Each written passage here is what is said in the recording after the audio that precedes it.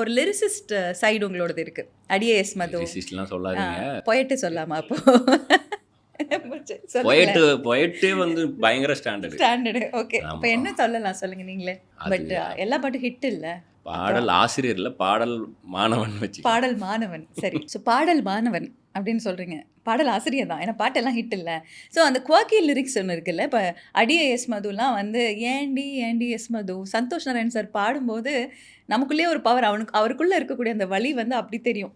So இதெல்லாம் வந்து ஏதோ ஒரு அனுபவத்தில் எழுதுனதும் இது வந்து உள்ளே எப்படி இருக்கார் இந்த பாடலாசிரியர், என்ன பண்ணுறாரு, எப்படி இப்படி எழுதுறாரு எனக்கு தெரியணும். இப்போது ஒன்று பிடிச்சி போய் பண்ணும்போது அது நம்ம பண்ணுறது நமக்கு பிடிச்சிச்சின்னா கொஞ்சம் எல்லாரும் எக்ஸைட் பிடிக்கும்ன்றது ஆகிடுது. ஒரு நம்பிக்கை. இப்போ அந்த சாங்கை எடுத்துப்போம்.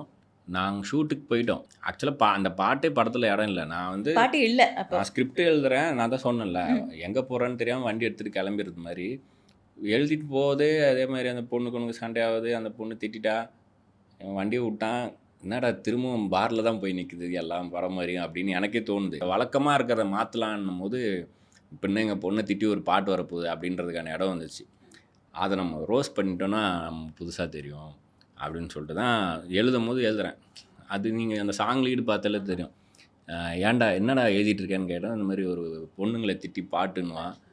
சரிடா ஒரு பொண்ணு தானே தப்பு பண்ணிச்சு, ஏன் எல்லா பொண்ணுங்களையும் திட்டணும்னா கரெக்டு மது அப்படின்னு மாற்றுறேன் அப்படின்னு மதுன்னு மாற்றோம். மதுன்ற பேர்லேயே பல லட்சம் பேர் இருக்காங்கடா அப்படின்னா அவங்க அப்பா பேர் சுப்பிரமணியம், எஸ் மதுன்னு மாற்றுறோம்னா எஸ் மது புரியுது, அதுலேயும் நிறைய பேர் இருக்காங்கன்னு சொல்லிட்டு அட்ரஸோடு S Madhu friend of Priyanka number 6 குறுக்கு தெரு என்ன படிக்கிறாங்க இவ்வளோ டீட்டெயிலாக போட்டாங்க. அந்த நம்பர் 6 குறுக்கு தெருலாம் பார்த்திபன் சார் காமெடி இருக்கும். நம்பர் 6 விவேகானந்த தெரு, எங்கள் வீடு சாந்தி காலனியில் இருக்குன்றனால அதெல்லாம் சேர்த்து இப்படி எழுதி அதை மூடி வச்சாச்சு. அவன் பாட ஆரம்பித்து இப்படி உட்காந்து விழுந்துருவான். பாட்டே கிடையாது. அப்படி தான் நரேட் பண்ணேன். நம்ம கையில் என்ன இருக்குது, அந்த அட்ரஸ் தானே இருக்குது அப்படின்னு அந்த அட்ரஸ் பிரிப்போன்ட்டு அப்படியே எஸ் மது, எஸ்ஸுக்கு நோ மது, அப்புறம் சாந்திக்கு இப்படின்னு அந்த அட்ரஸை மட்டும் பிரித்து அப்போவே தான் டைப் பண்ணி மேபி ஒரு 5 to 10 minutes இருக்கும். 5 minutes இருக்கும். 5 minutes இருக்கும். அதை பார்த்து டைப் பண்ணால் எவ்வளோ நேரம் இருக்கும், அவ்வளோதான். அனுப்பிட்டு ஷார்ட் ரெடின்னு போயிட்டேன்.